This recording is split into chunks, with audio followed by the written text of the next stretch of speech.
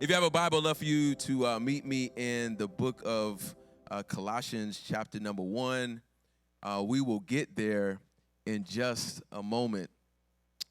Today, we dive into this second part of this series that we started last week called Clarity. And the series is all about the DNA of HOPEVILLE, and it's about who we aspire to be as a church and where we take our aspirations or the clues for these aspirations from. Last week, if you weren't here, you can find a message on YouTube. We talked about following Jesus and how following Jesus is the one thing. That is the paramount thing for us. And it is also the only way that we can both experience and express God's kingdom. It is by following the blueprint that Jesus modeled for us.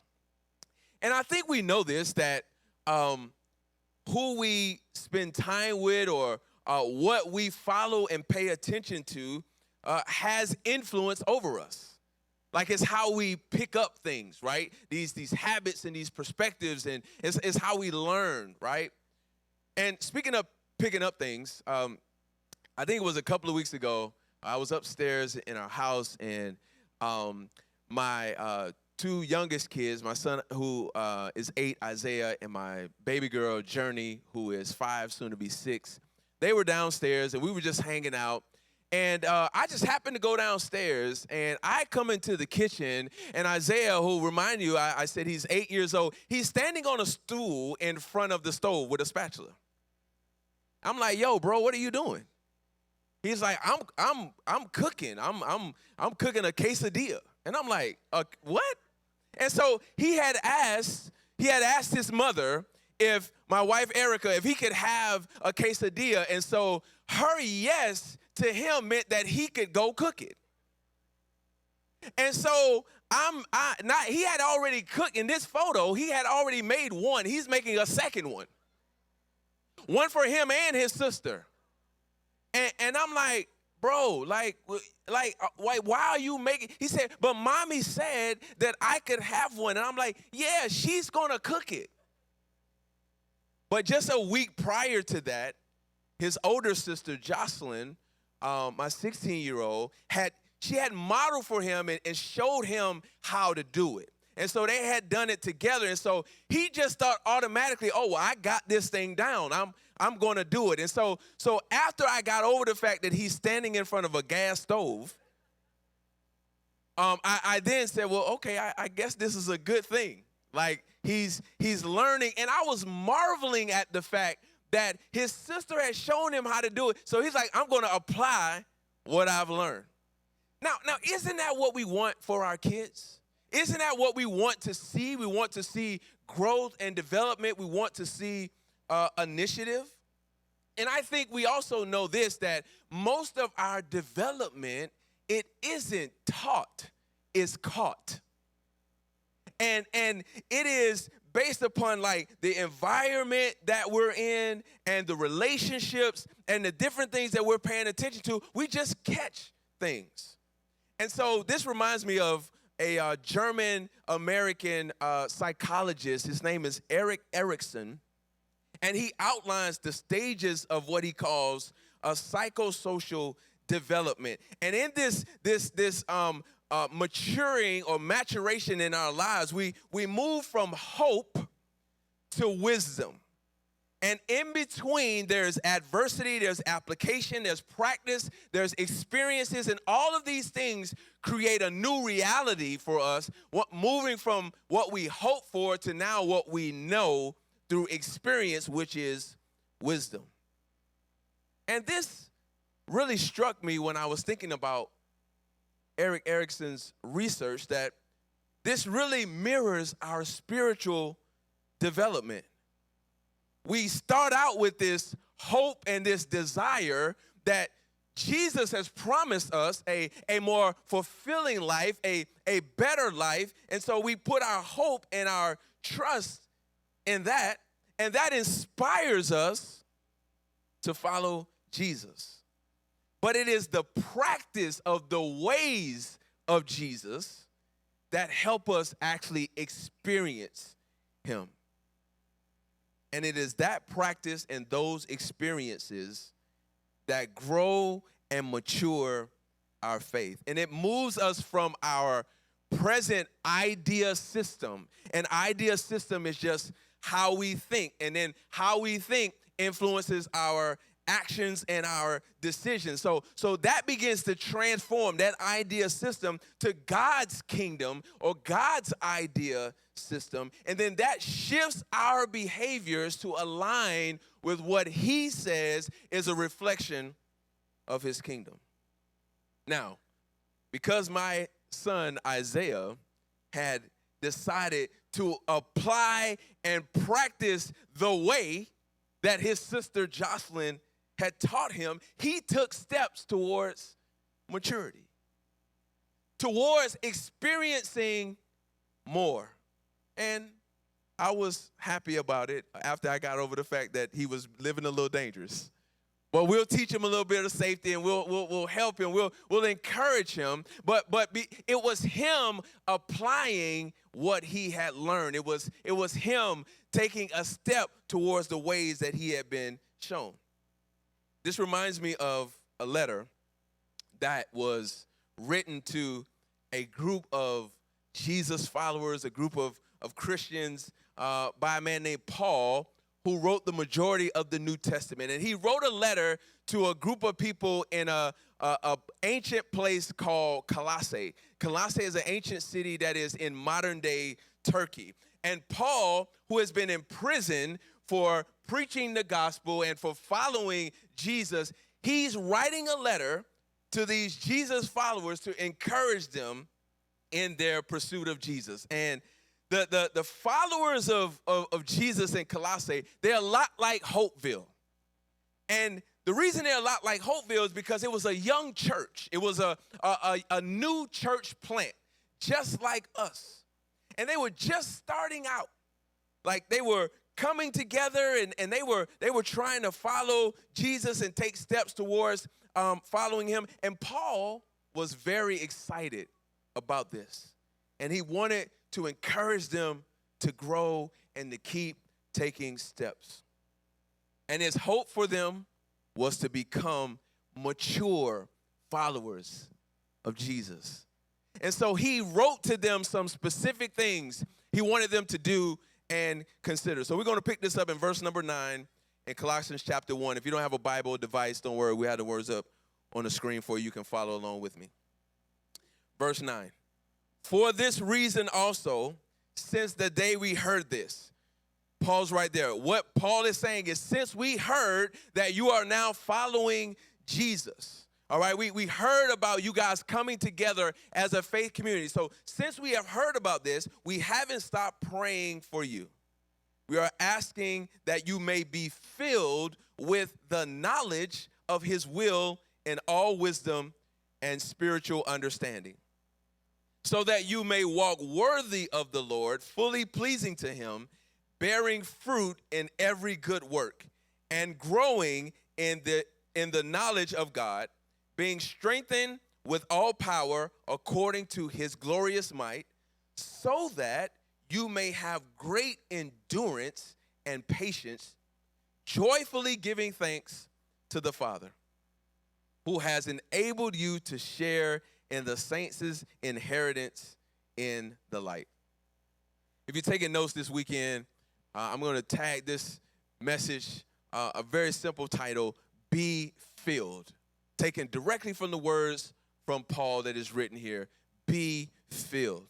If you go to the HOPEVILLE website and you click on the About page, you will see where it says, Our Dream. And what it says there is that our dream is to see God's love unleashed in you for the flourishing of Baltimore and beyond. And what that means is that our dream is that we all flourish as a result of God's love being activated in us. And so as we're activated and as we are flourishing, it's not just for us, but it's for the sake of our community. It's for the sake of our city. And so we want to flourish, and we want to bring that flourishing to our city.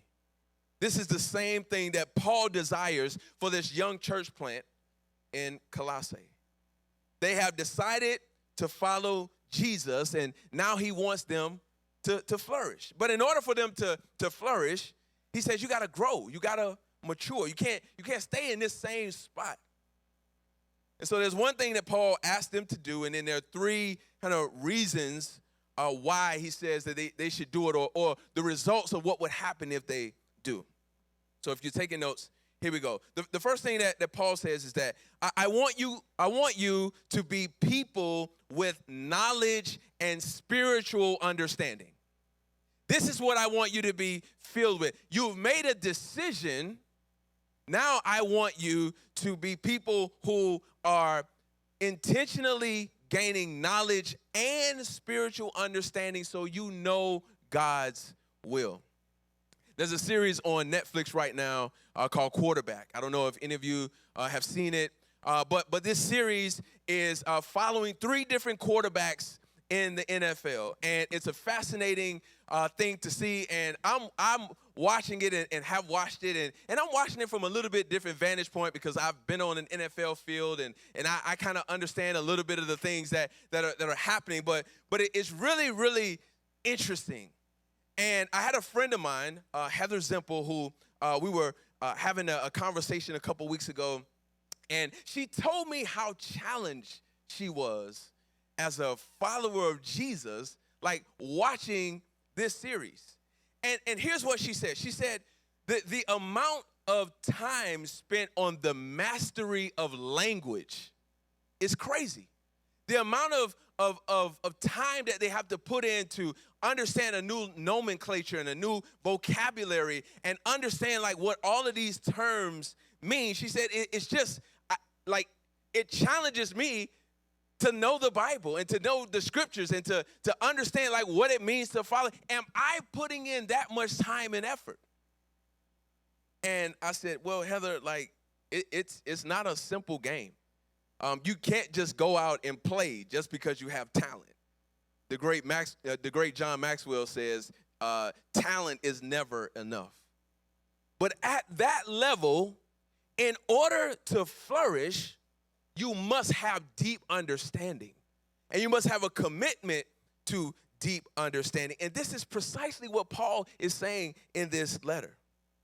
You're following Jesus. Yay, awesome, way to go. But now, I need you to make a commitment to spiritual understanding, which means you need to know who Jesus is and what it means to follow him, not just come to church.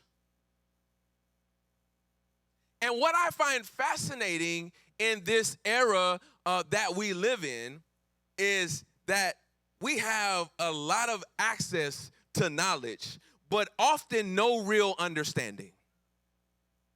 We have greater awareness of things that are happening around us, but still no real depth. You know why? Because YouTube makes us think that we can become a mechanic in 2 episodes. Some influencer has convinced us that we can renovate our bathroom and we know nothing about plumbing. Now, I'm not saying that YouTube and IG videos and all those are bad. They're not bad. My wife will tell you, I watched them and I learned from them. But I also know my limitations, and I also know that it takes time to gain a level of understanding beyond just a couple of 5-minute videos. So we can gain knowledge, but still lack understanding and lack clarity. This is why Proverbs 4:7, which my father repeats to me very frequently, and all of your get an understanding. So we're getting a lot of stuff, but we're not always putting in the effort to get a deep understanding. So, well, how do we do this? Well, thank you so much for asking. Y'all are so kind. We have to apply reading the scriptures, like the actual Bible, like like actually reading it and spending time going through the pages. And then we have to apply these things that we read. We have to pray, because that is our time to be with God. I'm afraid that we've spent so much time doing things for God, but we're not being with God. That's what prayer is. It's spending time with him. Matter of fact, let me just put a pin right here. Did you know that like actually you can spend time in prayer not saying anything? So you don't even have, you can actually sit and listen and be open to what the Spirit is saying. We've got to pause in the middle of our days and at the start and at the finish, or whenever we do it, we've got to have that frequency. And then we have to have fellowship with other believers. My spiritual father, Bishop Alfred Owens, he would say, fellowship just means there's more than one fellow in the ship. So that means that we have to intentionally be together with one another. We just announced that we're kicking off groups. Like, we're not just kicking off groups because we just want to kick off groups. No, this is how we grow together as a community of faith. I'm going to talk about that in just a little bit more in a few moments. So Paul says that we need to be filled with knowledge and spiritual understanding. Here's why. Number one, he says, it becomes pleasing to God with how we live, our behavior and bearing fruit. So when we are filled with understanding of knowledge and spiritual understanding, we can please God with how we live. Our behaviors, like, that is the fruit of our lives. And our behaviors are directly influenced by what is in us and what we consume.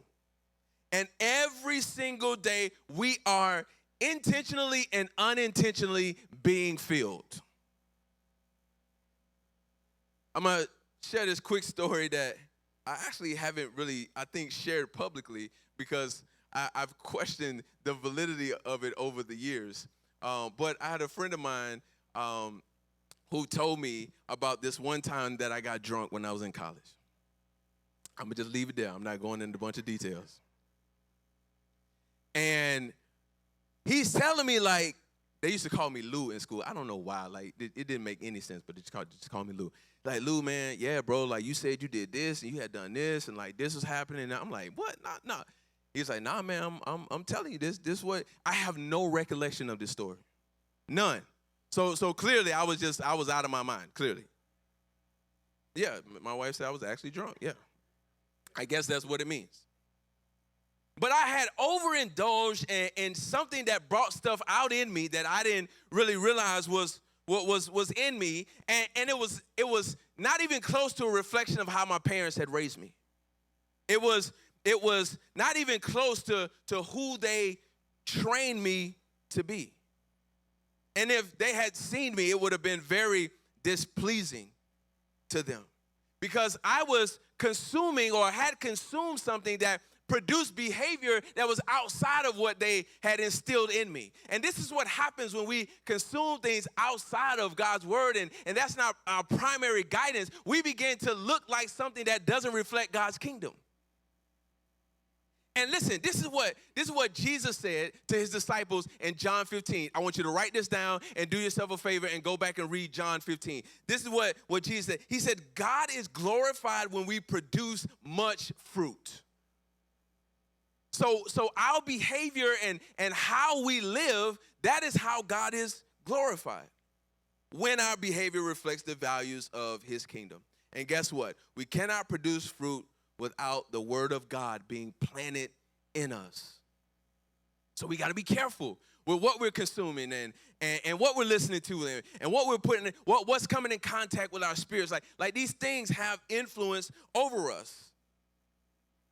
And just like you can't outwork a bad diet in the gym, you ever heard that saying? Like you can't outwork a bad diet. So if your diet is bad, it don't matter how hard you're working in the gym. You can't outwork that to produce the results that you want to see long term. The same is the case in our spiritual life. We can't produce good fruit without a good spiritual diet.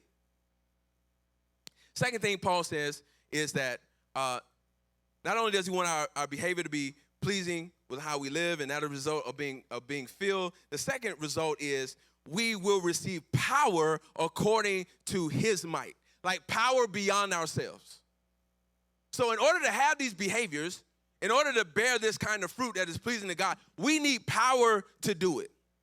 Power that we don't have on our own, which is why when we begin to follow Jesus or we accept him, like he empowers us, he gives us his spirit to help us.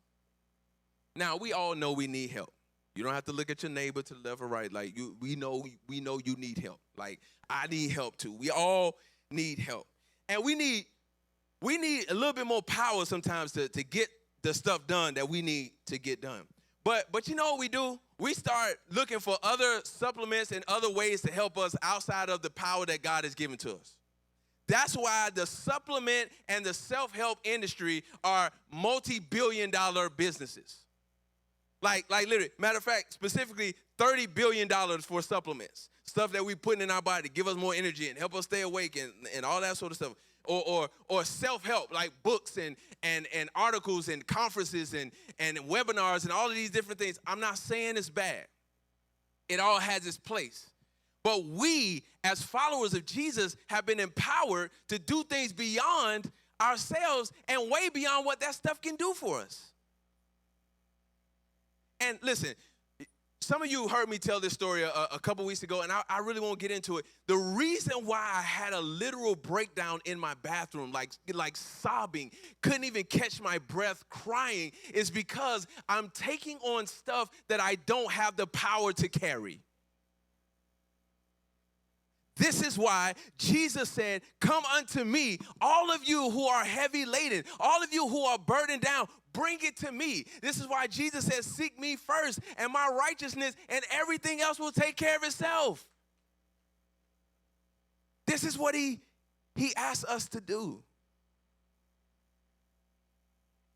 When we get filled beyond ourselves, we get power by God's Spirit. And you know what we start looking like? We literally start looking like the Avengers to people. Like stuff is happening in our lives, and they're like, "How haven't you lost your mind?" Stuff is happening in our lives that, "How can you forgive that person?" Stuff is happening in our lives, "How could you be so peaceful?" It's because of God's Spirit. Because if it was up to me, it might be different. Finally, Paul says that not only will our behavior and bearing fruit be the result of being filled, and we will get power according to his might, he says that we will also get patience and endurance.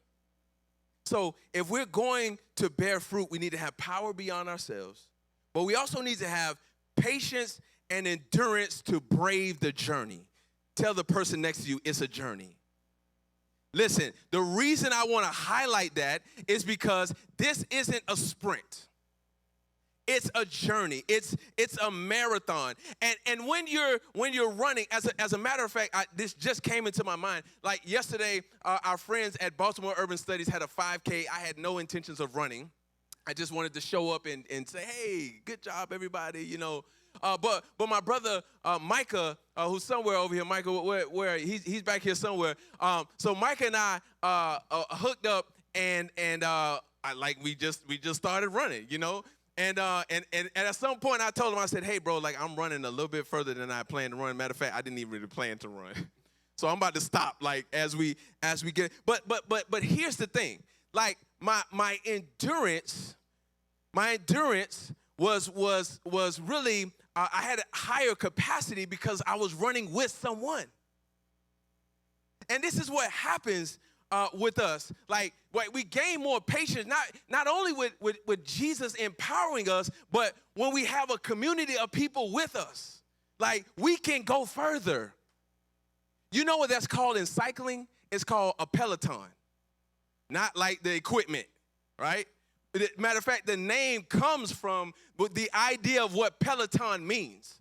And so what it means is a group of cyclists together who have chosen to ride together, and there are benefits of riding together that make it easier to ride. Like there's a thing called drafting. So literally the group together pulls one another.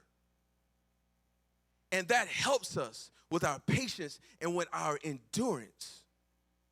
And so Paul knows that, like, if we're going to make it, like God has to fill us and he has to help us. And he knows what this young church plant doesn't know. He's literally writing them from a jail cell. He's in the middle of enduring himself. And he knows following Jesus is going against the grain, and it's going to be hard. He knows that people, that everyone says that you should cancel is going to be hard. It's going to be hard to love those people. He knows that forgiving a parent or a sibling or a friend or someone that's let you down, he knows that that is going to be hard. But he also knows that Jesus said, in this life you will have trouble. But take heart, I have overcome the world. See, we need that stuff to be bubbling in us when we're down. We need that stuff to be bubbling up in us when we're frustrated. We need that stuff to be bubbling up in us when we're mad. That's the Holy Spirit's job, to empower us and bring that back to our remembrance. But the last time I checked, you can't get money out of a bank you didn't deposit money in. So we got to make some deposits. Let me bring this in for a close. When you study the communication of Jesus, when you study his communication patterns, you'll notice a lot of similes and metaphors. And the similes and metaphors are usually connected to him communicating about the kingdom of heaven, what the kingdom of heaven is like. And he's typically using agrarian terms or farming examples. He's talking about sowing seeds and vines and wheat, grain and fields, shepherds, flocks, because almost everybody farmed. Like, that was central to everyone's understanding. And it seems like a real disconnect for us today, because that's not how we live. Like we don't, we don't farm. And it seems easy for us to miss, or for there to be a disconnect with what Jesus is saying. And maybe if Jesus was here today, like, he would be talking to us about the kingdom of heaven in terms of technology. Like, maybe the kingdom of heaven is like the cloud, or it's like some code or some apps or things that we would understand, right? And technology is embedded in every aspect of our lives. So that's what we know. We don't know about farming. We don't know, these agrarian things. But let me tell you why Jesus' metaphors, even though they are agrarian, even though they are about farming, let me tell you why they are still significantly relevant to us today. They're relevant because one of the greatest or the biggest threats to our spiritual growth and maturity is speed. I'm going to say that one more time. One of the greatest threats to our spiritual growth and maturity is speed. As great of an impact as tech has been when it comes to efficiency, saving time, getting stuff done quickly, producing more, it's also influenced the rate at which we think change and growth should happen. So here's the thing. Here's the brilliance of Jesus. Here's the brilliance of Jesus communicating over 2,000 years ago to people whose mentality and whose life was about farming. Here's what Jesus knew. He knew that the ancient world needed the perspective of process. But he knows the modern world in which we live needs the perspective of pace. Like pace of life. So when Paul is talking about bearing fruit, he's not talking about an overnight outcome. It's a patient process that requires the right environment and consistent exposure. Can you hand me that back, babe? I actually went and literally picked up some fruit this morning. Thank God for my beautiful adjutant, my wife. Some of y'all don't even know what adjutant means, but it's okay. It just means assistant. It's okay. So I got some bananas, right? This is orange and an apple and a peach. I'm going to have to put it back in because I don't have enough room. Pear, right? Do you know that the maturation process for all of these fruits, minimum 2 to 4 years? Minimum 2 to 4 years. It's not a quick process. So all of the things that Jesus promised us, the most important thing he promised is that he would be with us. That's the most important thing. But all of these other things that we hope for, it's a slow process. It's a commitment over time. It's a commitment to growing. And Paul was encouraging this young church plant in Colossae, just like I want to encourage our young church plant that we call Hopeville right here in Baltimore, that we need to be filled with knowledge and spiritual understanding in order to grow and be mature. We've got to be invested in prayer. We've got to be invested in reading scripture. We've got to be invested in fellowship. And I love what Eugene Peterson says. He says, it requires long obedience in the same direction. So what does that mean for us, Hopeville? It means that when we show up, wherever we show up different. And even if people don't know about Jesus, even if they're suspicious of the church, what I want them to say is that, hey, listen, those people at Hopeville or whatever it's called, like they are for real. It's like when Principal Hall came and stood on this very stage and said, your presence has made a difference in this school. That's what that means. That our presence, that our flourishing overflows into our communities, into our homes, into our schools, and ultimately into our city. So we don't want to just be fans of Jesus who gather on the weekend and just celebrate together, but our lives are not a reflection of who he say he is. We want to be people of maturity, who are living and reflecting what it means to follow Jesus and to love unconditionally. Let's pray. God, we thank you so much for this day. We thank you for how you are calling us, how you are drawing us near to you. God, we don't want to just be fans of Jesus. We don't want to just be people who are zealous and judging other people because we see them as not being a part of the fan club. But help us to be followers who will show up in places that people don't expect us to show up in. And we just having dinner because we saw Jesus do it. Help us to touch people that nobody else would touch, that are outcasts in our community, because that's what we saw Jesus do. Help us to trust you that if we live according to how you've called us, that we will see transformation.